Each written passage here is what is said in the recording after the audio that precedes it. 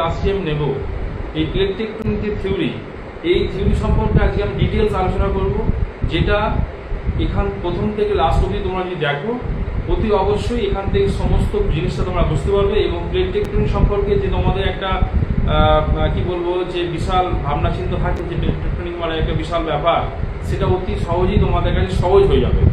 আজকের ক্লাসটি প্রথম থেকে তোমরা যদি লাস্ট অবধি দেখো অতি অবশ্যই জিনিসটা সম্পর্কে বা বিষয়টি সম্পর্কে আইডিয়াটা ক্লিয়ার হয়ে যাবে, এটা আমি আশা রাখছি।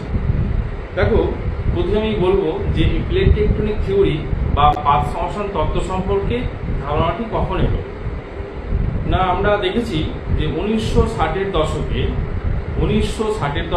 এই প্লেট টেকটনিক থিওরিটি বা পাত সংশ্লেষণ তত্ত্বটি আমাদের কাছে উপস্থিত হয় বা এই ধারণাটি আমাদের কাছে উপস্থিত হয়।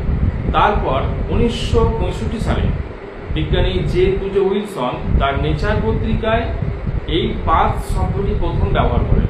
কি বললাম না, আমি আগে বলে নিই যে এই ধারণাটি কোন জায়গা থেকে এলো বা কবে এই ধারণাটি এলো, তারপর আমি পাত সংশ্লেষণ তত্ত্বের একদম মূল বিষয়ে যাব। তার আগে আমি একটু পরিষ্কারভাবে বলে নিই যে এই ধারণাটি কবে, কোন জায়গা থেকে বা কখন এসেছে। জাস্ট আমি কি বললাম না, 1965 সালে বিজ্ঞানী জে টুজো উইলসন তার নেচার পত্রিকায় এই পাত শব্দটি প্রথম ব্যবহার করেন।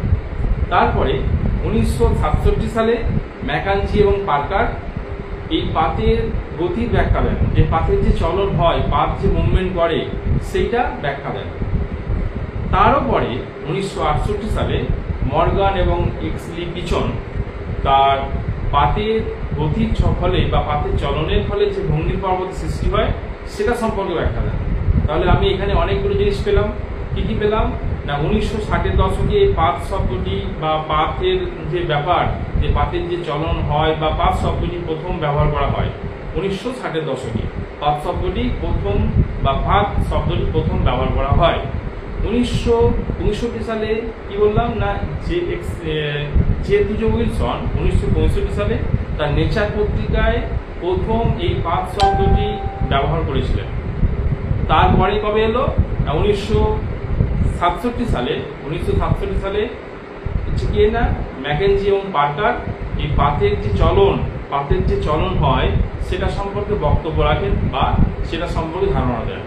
এরপরে 1967-এর পরে 1968 সালে মর্গান এবং এক্সলি পিচন এই পাতের চলনের ফলে যে পর্বতের উত্থান হয় সেটা সম্পর্কে ব্যাখ্যা দেন। তাহলে প্লেট টেকটনিক থিওরিটি কোন জায়গা থেকে এলো বা কবে পেলাম সেটা আমি পরিষ্কারভাবে বললাম। এরপর আমি বলবো যেটা যে এই পাত বা পাত বলতে কি বোঝায় এটা সম্পর্কে একটু বলে নিই। দেখো, আমি একটু বলে নিই এখানে। ধরা যাক পাত বলতে বোঝায় বা আমি পাত সম্পর্কে বলে নিই যে পাত বলতে অ্যাকচুয়ালি কি না, ভূপৃষ্ঠ থেকে একদম অ্যাস্তনোস্ফিয়ারের উপর পর্যন্ত যে কঠিন ভঙ্গুর যে শিলাখণ্ডটি আছে সেই শিলাখণ্ডটিকে বলা হয় কি না, পাত। সেই শিলাখণ্ডকে কি বলে, পাত বলে। কি বললাম না, ভূপৃষ্ঠ থেকে একদম অ্যাস্তনোস্ফিয়ারের উপর পর্যন্ত যে কঠিন ভঙ্গুর শিলাখণ্ডটি থাকে যা কয়েকটি চ্যুতিরেখা দ্বারা বিচ্ছিন্ন, সেই খণ্ডগুলিকে বলা হচ্ছে কিনা পাত বা প্লেট। দেখো, পরিষ্কার করে জিনিসটা বুঝে নেবে। জিনিসটা যদি তোমরা বুঝতে পারো তবে আমার ভালো লাগবে যে তোমরা প্লেট শব্দটি বা পাত সংশ্লেষণ তত্ত্বটি তোমরা পরিষ্কারভাবে বুঝতে পেরেছো। কি বললাম না, পাত বলতে বোঝায় এই যে ভূপৃষ্ঠ থেকে একদম অ্যাস্তনোস্ফিয়ারের উপর পর্যন্ত যে এই যে কঠিন ভঙ্গুর শিলাখণ্ডটি যা কয়েকটি চ্যুতিরেখা দ্বারা বিচ্ছিন্ন, তাকে বলা হচ্ছে কিনা পাত বা প্লেট। দেখো, এখানে আমি একটা ছবি এঁকেছি। ছবিটা যদি পরিষ্কারভাবে দেখা যায়, দেখো এখানে এটা হচ্ছে শিলামণ্ডল, এটা হচ্ছে গুরুমণ্ডল এবং এটা হচ্ছে কেন্দ্রমণ্ডল। তাহলে এইটা যদি তিনটে স্তর হয়, এই যে শিলামণ্ডলটি আছে, এই শিলামণ্ডলে দেখো কতগুলো আমি চ্যুতিরেখা দ্বারা শিলামণ্ডলটিকে ভাগ করেছি, কয়েকটি চ্যুতিরেখা দ্বারা শিলামণ্ডলটিকেই ভাগ করেছি। এই চ্যুতিরেখাগুলি হচ্ছে কিনা এক একটা পাত, এবং এই পাতটা ভাসমান অবস্থায় কারা আছে না, গুরুমণ্ডলের উপরে এরা ভাসমান অবস্থায় আছে। তাহলে এই যে স্তরটি রইল, এই স্তরটিকে বলা হচ্ছে কিনা বা এই যে অঞ্চলটি আছে, এই অঞ্চলটি কি হচ্ছে, একটি পাতের সমন্বয়। এই একটা পাদ, এই একটা পাদ, এরকম ভাবে অসংখ্য পাদ আছে, যেগুলি কি না কয়েকটি চ্যুতি রেখা দ্বারা বিচ্ছিন্ন। কয়েকটি চ্যুতি রেখা দ্বারা বিচ্ছিন্ন যে কঠিন ভঙ্গুর যে শিলাখণ্ড, তাকে আমরা কি বলবো না পাদ। বোঝা গেছে পাদ ব্যাপারটা? তাহলে পাদ জিনিসটা আমি কি বললাম না, পাদ বললাম বলতে বোঝায় যে শিলামণ্ডল হচ্ছে শীতল কঠিন ভঙ্গুর কয়েকটি চ্যুতি রেখা দ্বারা বিচ্ছিন্ন সমষ্টি বিশেষ বা অংশ বিশেষ, যা অ্যাস্টোনিস্ফিয়ারের উপরে ভাসমান এবং চলমান অবস্থায় আছে। এই ভাসমান এই চলমান অবস্থা থাকাকালীন এরা কি হচ্ছে না একে অপরের সঙ্গে ধাক্কা খাচ্ছে বা একে অপরের সঙ্গে সরে যাচ্ছে।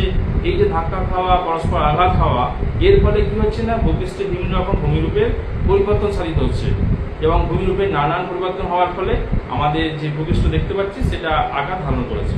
তাহলে পাদ বলতে এটুকু আমাকে বোঝায়। এই যে জিনিসটা আমি বললাম যে এটা হচ্ছে পাদ, অর্থাৎ যে এই জিনিসটা যদি তোমরা ভালো করে বুঝতে পারো, তাহলে এর পরবর্তী যে আমি আরো বিষয় আলোচনা করবো সেগুলো তোমাদের বুঝতে পারো, অসুবিধা হবে না। তাহলে পাদ সমাসন তত্ত্ব বা প্লেট টেকটনিক থিওরি, এই থিওরিটা সম্পর্কে পরিষ্কার একটা আইডিয়াটা কি না, main theme of the theory বলতে কি বোঝায় না, ভূপৃষ্ঠ থেকে অ্যাস্টোনিস্ফিয়ারের উপর পর্যন্ত যে কঠিন শিলাখণ্ডটি আছে, এই শিলাখণ্ডটি বা শিলামণ্ডলটি কয়েকটি চ্যুতি রেখা দ্বারা বিচ্ছিন্ন। এই কয়েকটি চ্যুতি রেখা দ্বারা বিচ্ছিন্ন এদের এক একটি অংশকে বলা হয় পাদ, যা অ্যাস্টোনিস্ফিয়ারের উপরে এরা ভাসমান বা চলমান অবস্থায় আছে, গতিশীল অবস্থায় আছে, এদেরকে বলা হয় পাদ। এই ভাসমান বা চলমান যে অবস্থা যে আছে, এটা কেন আছে না, এখানে যে তাপীয় পরিচলন স্রোত, এদের দ্বারা এই তাপীয় পরিচলন স্রোতের দ্বারা এই যে প্লেটগুলো আছে, প্লেটগুলো কি হচ্ছে সবসময় চলমান।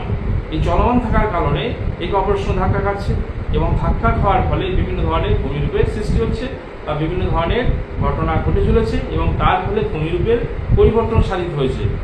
এই পরিবর্তন সাধনের ফলে বিভিন্ন ধরনের আমরা গঠন লক্ষ্য করতে পারছি।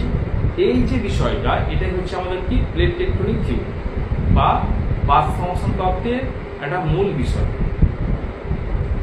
এবার আমি বলবো যে এই যে আমি অনেকক্ষণ ধরে বললাম যে ভূপৃষ্ঠ থেকে একদম অ্যাস্টোনিস্ফিয়ার পর্যন্ত বা অ্যাস্টোনিস্ফিয়ারের উপর পর্যন্ত যে শিলামণ্ডলটি আছে সেটা কি না কয়েকটি চ্যুতি রেখা দ্বারা বিচ্ছিন্ন। তাহলে এই যে শিলামণ্ডলটি আছে, আমরা এর আগের ক্লাসে ভূগোলসিকি.in যে আমার যে ইউটিউব চ্যানেল, সেখানে আমি পৃথিবীর অভ্যন্তরভাগ সম্পর্কে আলোচনা করেছি। সেখানে তোমরা দেখতে পাবে যে ইন্টেরিয়র অফ দ্য আর্থ বা পৃথিবীর অভ্যন্তরভাগ সম্পর্কে বিস্তারিতভাবে আলোচনা আছে।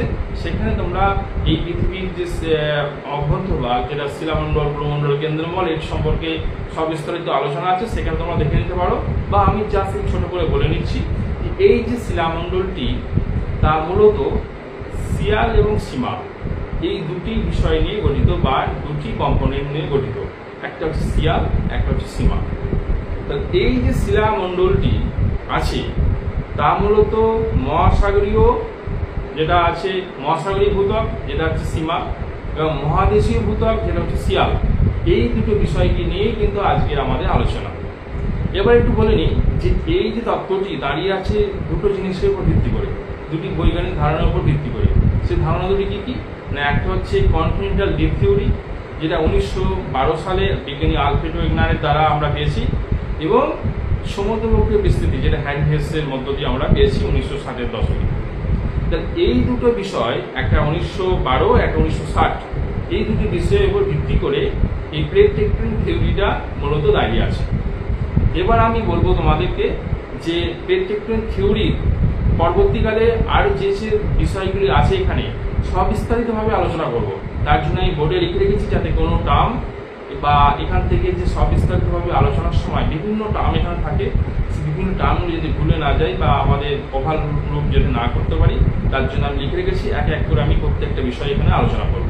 দেখো বিষয়গুলি কি কি না, প্রথম হচ্ছে এই যে প্লেট টেকটনিক থিওরিটা আমি বললাম, এই প্লেট টেকটনিকের বা পাতের চলনের কি কি কারণ হতে পারে, কি কি কারণ বা পাত কেন চলে বা পাতের কেন মুভমেন্ট হয়। সেই মুভমেন্টটার জন্য প্রধানত দুটো কারণকে আমি এখানে হাইলাইট করেছি। একটা হচ্ছে থার্মাল কনভেকশন কারেন্ট, যেটা আর্থার হোমসের মত অনুযায়ী বা পিছনের মত অনুযায়ী, আর একটা হচ্ছে গ্র্যাভিটেশনাল ফোর্স, যেটা ম্যাকাঞ্জিয়ান পার্কারের মত অনুযায়ী, এবং আরেকটা হচ্ছে রাইজ অফ ম্যাগমা। এই তিনটে কারণের জন্য প্রধানত পাতের চলন হয়। আমি আরো ডিটেলসে আলোচনা করব, তার আগে আমি একটু আগে বলে নিই যে পাতকে প্রধানত দুভাগে ভাগ করা যায়। পাতকে প্রধানত দুভাগে ভাগ করা যায়। এর আগে আমি আলোচনা করলাম যেটা যে পাত সম্পর্কে একটু সবিস্তারিত হবে। এবার আমি আলোচনা করবো যেটা হচ্ছে না, পাতকে প্রধানত দুভাগে ভাগ করা যায়। একটা হচ্ছে অবস্থান অনুযায়ী, একটা হচ্ছে আয়তন অনুযায়ী। এবার যে এই যে অবস্থান, এই অবস্থান অনুযায়ী কি আবার তিন ভাগে ভাগ করা যায়। একটা হচ্ছে মহাদেশীয়, মহাসাগরীয় আর একটা মিশ্র। এটা জাস্ট ইনফরমেশন, আমি কিন্তু এগুলো সম্পর্কে সবিস্তারিত আলোচনা করব, জাস্ট আমি ইনফরমেশন এখন দিয়ে নিই। এরপর হচ্ছে আয়তন অনুযায়ী। আয়তন অনুযায়ী কি আবার তিন ভাগে ভাগ করা যায়।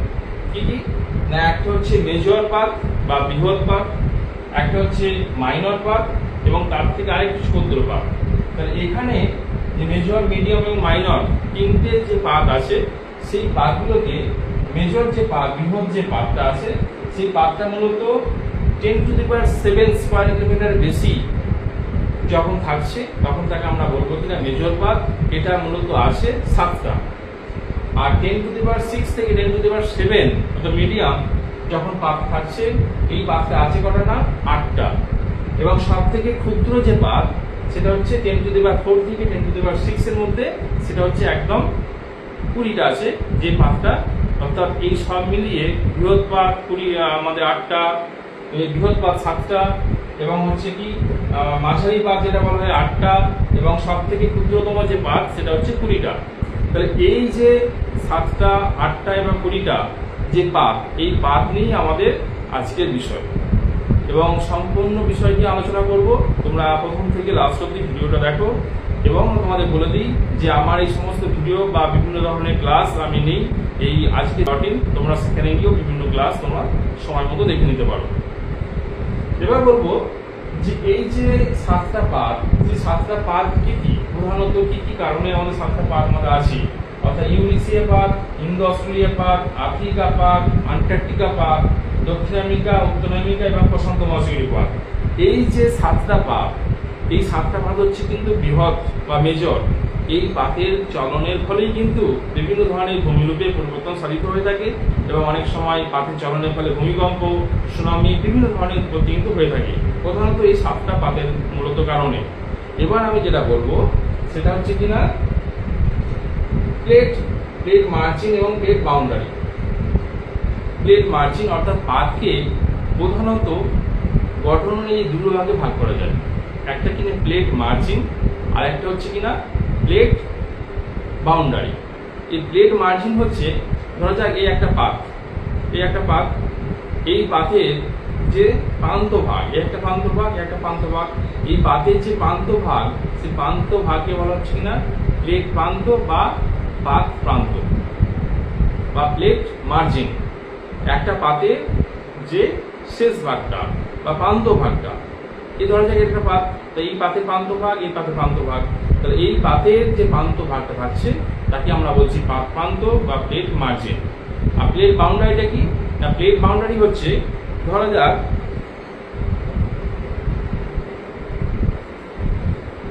দুটো পাত, এই একটা পাত, এই একটা পাত, এই দুটো পাত আছে। এই দুটো পাতের এই যে সংযোগস্থল, এই যে সংযোগস্থল, এই সংযোগস্থলটাই হচ্ছে কিনা প্লেট বাউন্ডারি। তাহলে আমি কি বললাম না, একটা বললাম প্লেট মার্জিন আর একটা বললাম প্লেট বাউন্ডারি। এবার আমি যেটা বলবো সেটা হচ্ছে কিনা নিউট্রাল পাত। নিউট্রাল অর্থাৎ প্লেট যে বাউন্ডারি আমি বললাম, তাহলে একটা বললাম প্লেট মার্জিন আর একটা প্লেট বাউন্ডারি। এবার এই যে প্লেট বাউন্ডারি আছে অর্থাৎ পাত সীমানা আছে, এই পাত সীমানাকে আবার প্রধানত 4 ভাগে ভাগ করা যায়। কি বললাম, পাত সীমানাকে আবার 4 ভাগে ভাগ করা যায়। এটা কিন্তু খুব ইম্পর্টেন্ট। একটা প্লেট মার্জিন, একটা প্লেট বাউন্ডারি। পাতকে দুটি ভাগে ভাগ করা যায়, একটা হচ্ছে প্লেট মার্জিন, আর যখন দুটি পাত একসাথে মিলিত হচ্ছে বা এই যে সংযোগস্থলকে বলছে কিনা প্লেট বাউন্ডারি। এই যে প্লেট বাউন্ডারি আছে, এই প্লেট বাউন্ডারিকে আবার 4 ভাগে ভাগ করা যায়। এই যে 4টে ভাগ, এই 4টে ভাগ কিন্তু খুব ইম্পর্টেন্ট।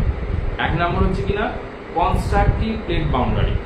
কনস্ট্রাকটিভ বলতে কি বোঝায় না, যখন কনস্ট্রাকটিভ বলতে কি বোঝাচ্ছে না, যখন দুটি পাত একে অপর থেকে কি হচ্ছে না সরে যায়, দেখো কনস্ট্রাকটিভ বা ডাইভারজেন্ট, এই যে আমি কনস্ট্রাকটিভ কথা বললাম বা ডাইভারজেন্ট কথাই বলছি, একটা কনস্ট্রাকটিভ প্লেট বাউন্ডারি, একটা ডিস্ট্রাকটিভ। কনস্ট্রাকটিভ কি না, যখন দুটো পাত কি হচ্ছে একে অপর থেকে দূরে সরে যাচ্ছে, বা একে প্রতিসারী পাতও বলা হয়। যখন দুটি পাত এক জায়গা থেকে দুদিকে সরে যাচ্ছে, এটা হচ্ছে কনস্ট্রাকটিভ। অর্থাৎ এই একটা মহাসাগরীয় পাত হতে পারে বা একটা মহাদেশীয় পাত হতে পারে, সেই পাত দুটো যখন পরস্পর থেকে দূরে সরে যায় তখন তাকে আমরা বলবো কনস্ট্রাকটিভ প্লেট বাউন্ডারি বা ডাইভারজেন্ট। এটা সরে যাচ্ছে তাই একে ডাইভারজেন্ট বা কনস্ট্রাকটিভ প্লেট বাউন্ডারি বলা হয়।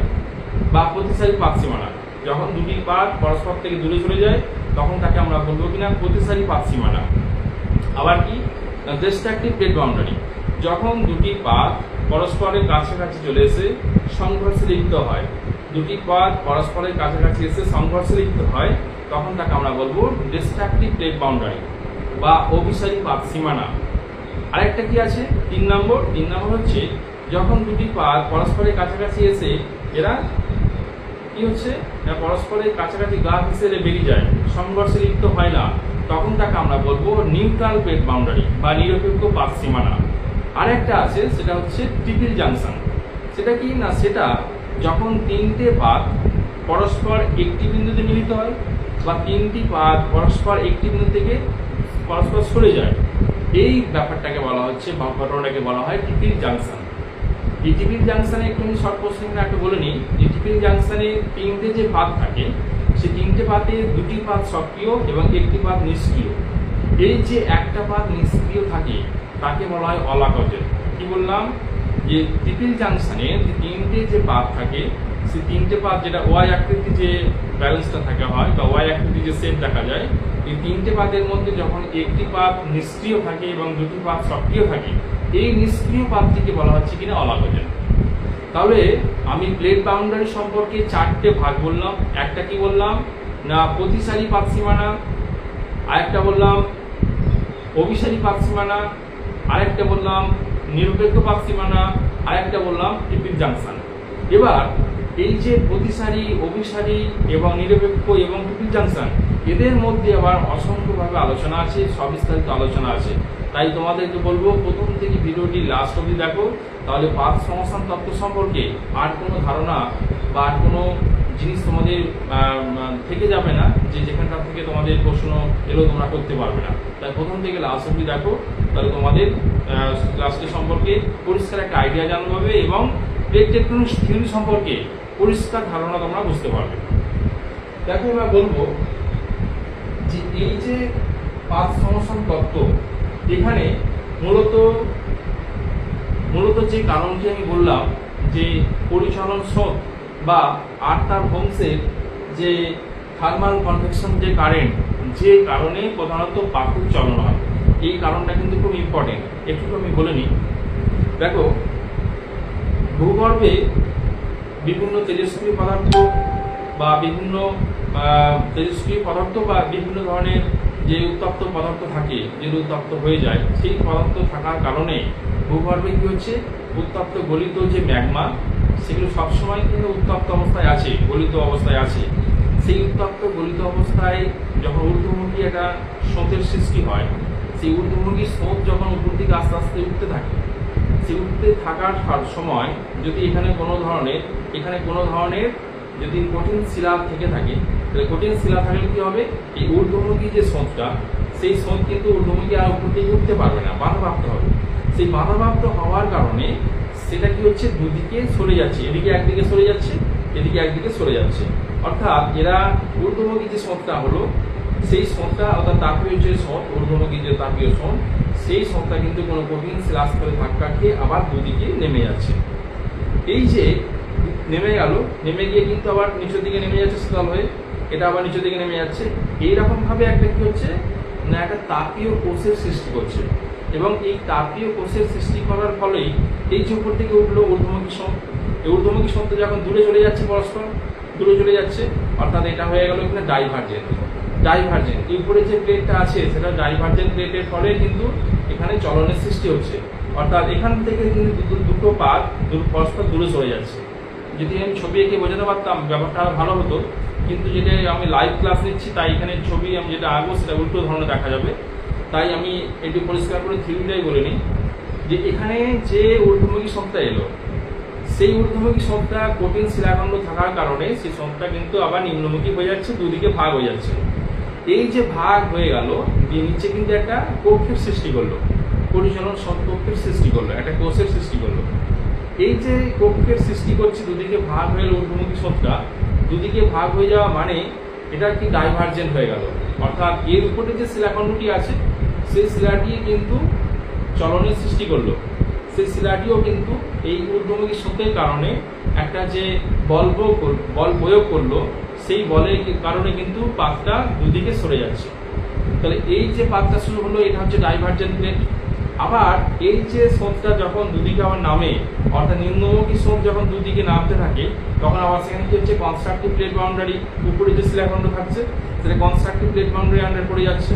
তাহলে এইরকম ভাবেই কিন্তু আর্থার হোমসের মত অনুযায়ী যে তাপীয় পরিচালন স্রোতের জন্যই কিন্তু এই পাতের চলন হয়, যেটা ভূঅভ্যন্তরে এই তাপীয় যে কোষ বা পরিচালন স্রোত এদের কারণেই কিন্তু এই পাতের চলন হয়।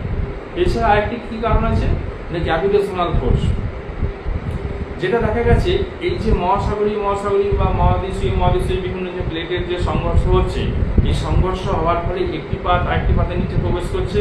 অর্থাৎ দেখা গেছে কি যখন দুটি মহাদেশীয় পাতের বা দুটি পাতের যখন পরস্পর থেকে দূরে সরে যায় তখন মহাসাগরীয় শৈলশিলা এবং একটি পাত আরেকটি পাতের দিকে যখন সংঘর্ষ হচ্ছে তখন সামুদ্রিক খাতের সৃষ্টি হয়। এদের ফলে যে একটা ঢালের সৃষ্টি হচ্ছে, একটা ঢাল, এই যে ভূঅভ্যন্তরে যে ঢালের সৃষ্টি হচ্ছে এই ঢালের কারণে কিন্তু গ্র্যাভিটেশনাল ফোর্সের একটা সৃষ্টির কারণে এই পাতের চলন হয়। আর একটা কি কারণ আছে না, ম্যাগমা, রাইস অফ ম্যাগমা, অর্থাৎ এই যে ভূঅভ্যন্তরে গলিত যে ম্যাগমা প্রচণ্ড তাপ এবং চাপের ফলে যেটা অবস্থায় আছে, এই প্রচণ্ড তাপের কারণ কি হচ্ছে ম্যাগমা কোনো দুর্বল স্থান দিয়ে বা নমনীয় কোনো স্থান দিয়ে সেটা দুর্বল স্থান দিয়ে এটা ভূপৃষ্ঠে বেরিয়ে আসছে। এই যে বেরিয়ে আসলো বা বেরিয়ে এলো, এই বেরিয়ে আসার কারণে কিন্তু অনেক সময় পাতের চলন হয়। তাহলে এরকম দেখা গেছে যে ভূঅভ্যন্তরে 20 থেকে 25টি তপ্ত বিন্দু আছে যেটা ম্যাগমা এখান থেকে নির্গত হয়, এই নির্গত হওয়ার কারণেও কিন্তু আমাদের পাতের চলন হয়। তাহলে এগুলো হচ্ছে পাতের চলনের প্রধান কারণ। এবার আমি বলবো যে এখানে অসংখ্য ছোট ছোট প্রশ্ন থাকে এবং বিভিন্ন ধরনের টার্ম থাকে, এখানে বিভিন্ন ধরনের, সেই টার্মগুলো নিয়ে আমি আলোচনা করবো। এবার প্রথম হচ্ছে আমাদের যেটা আমি এখানে লিখে রেখেছি যে সুচার লাইন। সুচার লাইনটা কি না, যখন এগুলো কিন্তু সবটাই কিন্তু পাত সমাসন তত্ত্বে আছে। এইবার যে প্রশ্নগুলো বলবো সবটাই কিন্তু পাত সমাসন তত্ত্বে আছে এবং খুব ইম্পর্টেন্ট। পাত সমাসন তত্ত্ব প্রথমেই তোমাদের বলে দিয়েছি যে মূল বিষয়টা কি, এরপর এর অভ্যন্তরে যা যা আছে তাগুলো আমি বলবো। এবার প্রথম হচ্ছে সুচার লাইন বা দুটি মহাদেশীয় পাত যখন পরস্পরের সংঘর্ষে লিপ্ত হয়, এই লিপ্ত হওয়ার সময় কি হচ্ছে এদের যে সংযোগস্থল, এই সংযোগস্থল বা এদের যে কাল্পনিক যে রেখা, সেই রেখাটাকে আমরা কি বলছি না সুচার লাইন। যখন দুটি মহাদেশীয় পাত পরস্পর সংঘর্ষে লিপ্ত হয় এদের মধ্যবর্তী যে সীমারেখা বা সংযোগস্থল, সেই সংযোগস্থলটা কি বলা হচ্ছে না সুচার লাইন বা সিবন রেখা। নেক্সট হচ্ছে কিনা সাবডাকশন। সাবডাকশনটা কি না, যখন মহাদেশীয় পাত বা মহাসাগরীয় পাতের একটা সংঘর্ষ হয়, ভালো করে মনে রাখবে যে সাবডাকশন বলতে বোঝায় যখন একটা মহাদেশীয় পাত বা মহাসাগরীয় পাত পরস্পর সংঘর্ষে লিপ্ত হচ্ছে, যেহেতু মহাসাগরীয় পাতটা সীমা দিয়ে গঠিত তাই ভারী, তাই মহাসাগরীয় পাতটা নিচে এবং মহাদেশীয় পাতটা উপরে থাকে। এই যে থাকার কারণে এদের মধ্যে যে একটা ঢালের সৃষ্টি হয়, সেই ঢালটাই হচ্ছে কিনা সাবডাকশন। অর্থাৎ মহাদেশীয় পাতের নিচে মহাসাগরীয় পাতটা প্রবেশ করে, এই প্রবেশ করার সময় এদের মধ্যে যে একটা ঢালের সৃষ্টি হয় সেটাকে বলা হচ্ছে কিনা সাবডাকশন। এবং যে তল বরাবর এই ঘটনাটি ঘটে, যে ঢালু তল বরাবর ঘটনাটি ঘটে, সেই অঞ্চলটিকে বলা হচ্ছে কিনা সাবডাকশন জোন। বা বিজ্ঞানী নাম অনুসারে হুগো বেনিয়ফের নাম অনুসারে 1949 সালে বিজ্ঞানী হুগো বেনিয়ফের নাম অনুসারে একে বেনিয়ফ জোনও বলা হয়। তাহলে আমি কি বললাম, দুটো জিনিস, একটা হচ্ছে সুচার লাইন, একটা হচ্ছে কি বললাম সাবডাকশন বা অধোগমন। এবার যেটা আমি বলবো অবডাকশন। সাবডাকশনের ঠিক বিপরীত কি, সাবডাকশনে কি দেখলাম না যেটা ভারী পাত সেটা নিচে আছে এবং যেটা হালকা পাত সেটা উপরে আছে, যেটা আমাদের ন্যাচারাল ঘটনা ঘটে। এবার দেখা গেছে যে দুটি পাত যখন, একটা ভারী পাত অর্থাৎ মহাসাগরীয় পাত এবং একটা মহাদেশীয় পাত, মহাদেশীয় পাতের উপরে যখন মহাসাগরীয় পাতটি উঠে যায় তখন যে ঘটনাটি ঘটে, যে একটা তলের সৃষ্টি হয়, সেই ঘটনাটাকে কি বলছে না অবডাকশন, যেটা রবার্ট জি কলম্যান ফার্স্ট এই শব্দটি প্রথম ব্যবহার করেছিলেন, নাকি অবডাকশন। তাহলে আমি কি বললাম সাবডাকশন, নেক্সট বললাম অবডাকশন। এবার যেটা আমি বলবো প্লেট টেকটনিক, যেটা বিজ্ঞানী অক্সফোর্ড 1972 সালে শব্দটি ব্যবহার করেছিলেন। এই কি শব্দটি না প্লেট টেকটনিক। এটা নেক্সট একটা নতুন টার্ম, সেটা হচ্ছে কিনা প্লেট টেকটনিক। প্লেট টেকটনিক হচ্ছে কি, প্রধানত দেখা গেছে যে দুটি মহাদেশীয় বা একটা মহাদেশীয় মহাসাগরীয় পাত, একটা মহাদেশীয় একটা মহাসাগরীয় পাতের যখন সংঘর্ষ হচ্ছে, এই সংঘর্ষ হওয়ার ফলে সম্ভবত যেটা কি হয় না মহাসাগরীয় পাতটা নিচে থাকে এবং মহাদেশীয় পাতটা উপরে থাকে। এবার কি হচ্ছে না এই যে মহাসাগরীয় পাতটা নিচে আছে, এর কিছু অংশ, একটা পাতলা আস্তরণ মতো অংশ এই মহাদেশীয় পাতের উপরে উঠে পড়ে। এই ঘটনাটাকে বলা হচ্ছে কিনা প্লেট টেকটনিক। কি বললাম প্লেট, FLAKE। এই প্লেট টেকটনিক হচ্ছে এটা একটা নতুন ধরনের টার্ম, যেটা মহাদেশীয় পাত এবং মহাসাগরীয় পাত যখন পরস্পর পাশাপাশি এসে সংঘর্ষ লিপ্ত হচ্ছে, এই সংঘর্ষে লিপ্ত হওয়ার সময় মহাদেশীয় পাতের নিচে কি থাকছে মহাসাগরীয় পাত। এই মহাসাগরীয় পাতের হালকা একটা স্তর যখন মহাদেশীয় পাতের উপর উঠে যায়, সেই ঘটনাটিকে বলা হচ্ছে কিনা প্লেট টেকটনিক। এবার যেটা আমি বলবো, যেটা যে সুচার লাইন হয়ে গেল, সাবডাকশন হয়ে গেছে, আমাদের অবডাকশন হয়ে গেল, প্লেট টেকটনিক হয়ে গেল। এবার হচ্ছে কিনা মিলাঙ্গে। না মিলাঙ্গেটা হচ্ছে এটা ফরাসি শব্দ মিলাঙ্গে, যার অর্থ সমন্বয়। অর্থাৎ যখন দেখা গেছে এই অভিষেক পাত সীমানা বরাবর যখন একটা মহাদেশীয় পাত বা দুটি মহাসাগরীয় পাতের সংঘর্ষ হলো, এই দুটি মহাসাগরীয় পাতের সংঘর্ষের ফলে কি হচ্ছে না দুটি সাগরীয় যে পাতের সংঘর্ষ হলো, এই সংঘর্ষের ফলে একটা মহাসাগরীয় পাত, এটা নিচের মহাসাগরীয় পাত, এই সংঘর্ষের ফলে এদের যে একটা তলের সৃষ্টি, ঢালু তলের যে সৃষ্টি হচ্ছে বা যেটি ভারী সেটা নিচে প্রবেশ করছে। নিচে প্রবেশ করার সময় সেখানে কি হলো না সেই যে অভ্যন্তরের যে একটা ঢাল বরাবর বিভিন্ন ধরনের পদার্থ এখানে জমিত হয়। যেমন কি না পাললিক শিলা, পিলেজিক লাভা, পিলেজিক অবক্ষেপ, কোনো সামুদ্রিক অবক্ষেপ, এই বিভিন্ন ধরনের পদার্থ, মিশ্রিত পদার্থ এক জায়গায় গিয়ে জমা হচ্ছে। এই জমা হওয়া বা এই বিভিন্ন ধরনের পদার্থ একসাথে জমে থাকা, জমায়িত অবস্থায় বা সমন্বয় হচ্ছে, একে বলা হচ্ছে কিনা মিলাঙ্গে। এই টার্মটা কিন্তু খুব ইম্পর্টেন্ট। এখানে কিন্তু অসংখ্য ক্ষুদ্র ক্ষুদ্র টার্ম আছে, যে টার্মগুলো তোমরা জানলেই এই বিষয়টি তোমাদের ক্লিয়ার হয়ে যাবে। নেক্সট আসবে এখানে ফ্লিস।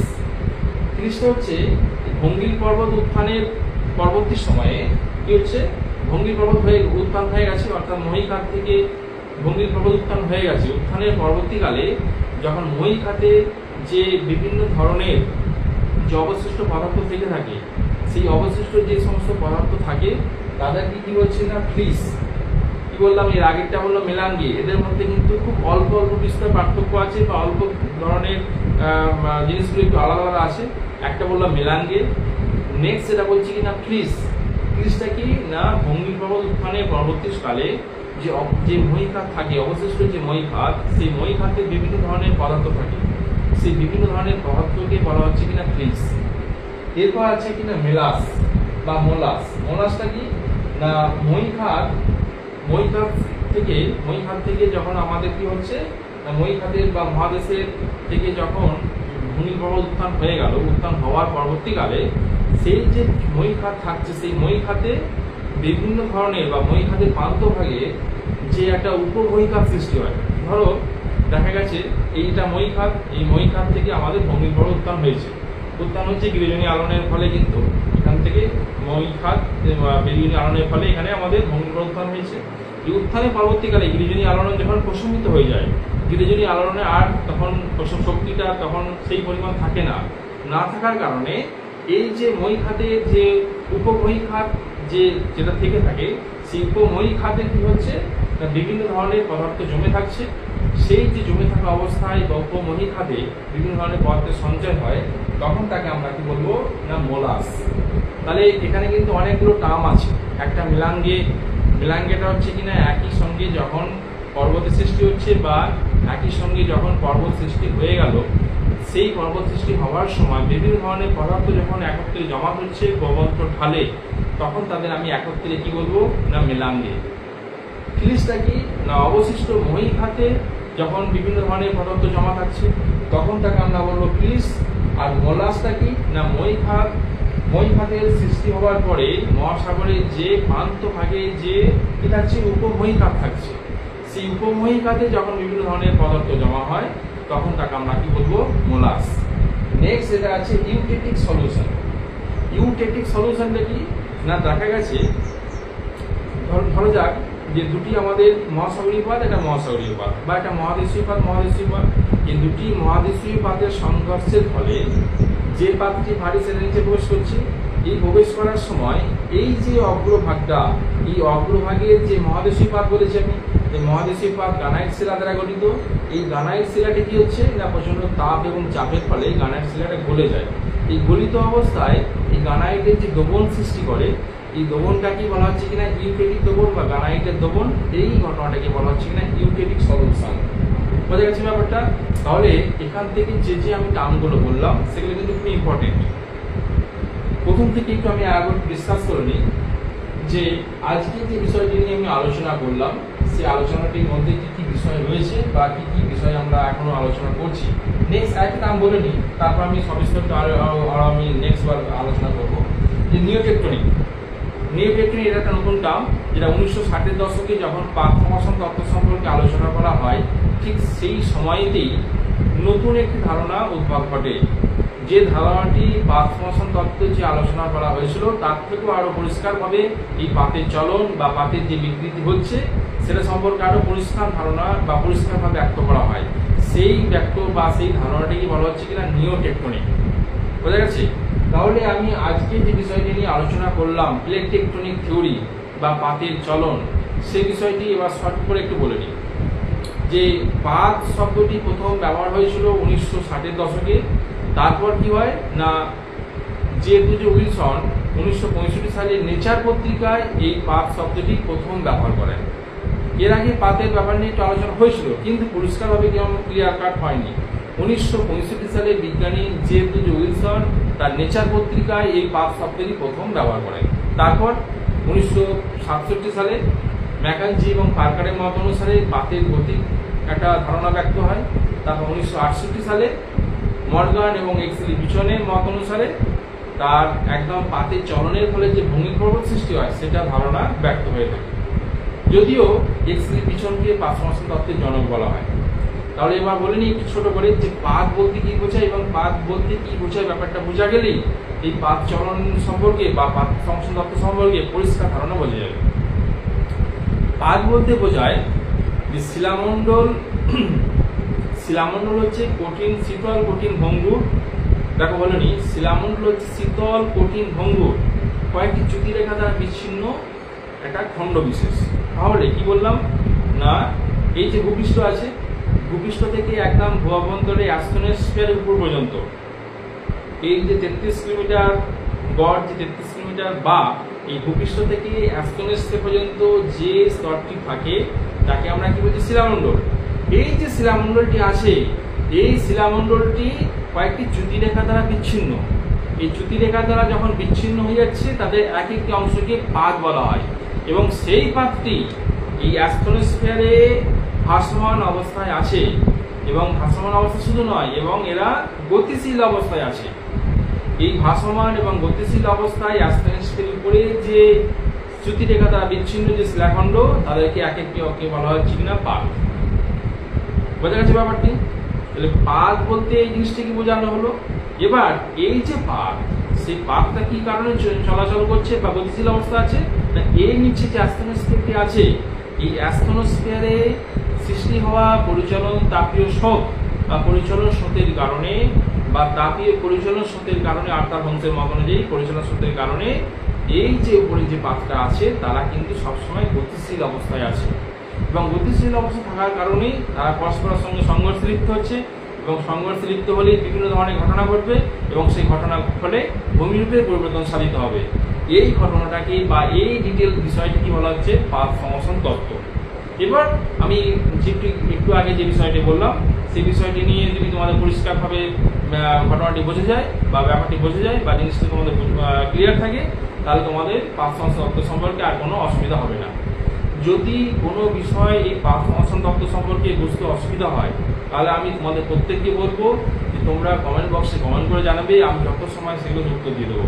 আশা করি বুঝতে অসুবিধা হবে না, কারণ পাত সংশ্লেষণ তত্ত্বের মূলত এই যে বিষয়টি, অর্থাৎ একেবারে যে কনসেপ্টটুকু, এই কনসেপ্টটুকু যদি তোমাদের ক্লিয়ার থাকে, তাহলে পাত সংশ্লেষণ তত্ত্ব সম্পর্কে তোমাদের পরিষ্কার একটা ধারণা জন্মাবে। এবং এখান থেকে আর যে প্রশ্নগুলো আছে সেগুলো তো আমি আলোচনা করেই দিয়েছি, সেই বিষয়গুলো তোমরা যদি জেনে যাও তাহলে আর কোনো অসুবিধা হবে না। তাই তোমাদের প্রত্যেককে বলবো যে ভূগোলের যে কোনো টপিক তোমরা যখন পড়বে, সেই পড়ার সময় একদম মনোযোগ সহকারে সেই টপিকটা কনসেপ্টটাকে ক্লিয়ার করে নেবে। কনসেপ্টটা যদি পরিষ্কারভাবে ক্লিয়ার করে নাও, তাহলে পরবর্তী সময়ে যেখান থেকে তোমরা যেভাবেই পড়ো না কেন, সেই কনসেপ্টটা তোমাদের থেকে থাকবে, এবং সেই কনসেপ্ট থেকে আরও বিভিন্ন প্রশ্নের তোমরা উত্তর দিতে পারবে। আগে কনসেপ্ট, তারপরে তার আন্ডারে বিভিন্ন ধরনের যে প্রশ্ন থাকবে সেগুলো উত্তর দেওয়া। তাই আগে বিষয়টি সম্পর্কে পরিষ্কার ধারণাটা নিয়ে নাও, নিয়ে নেওয়ার পরে বিষয়টি সম্পর্কে আরও গভীরে যাও। এবার আমি যেটা বলবো যে আমার একটি ইউটিউব চ্যানেল আছে, যে চ্যানেলটির নাম হচ্ছে ভূগোলসিকি.in। কি বললাম? ভূগোলসিকি.in। অর্থাৎ ধন্যবাদ, ভালো থাকবে, সুস্থ থাকবে। আজকের ক্লাস এখানেই শেষ করছি, এরপরে আবার দেখা হবে। ধন্যবাদ।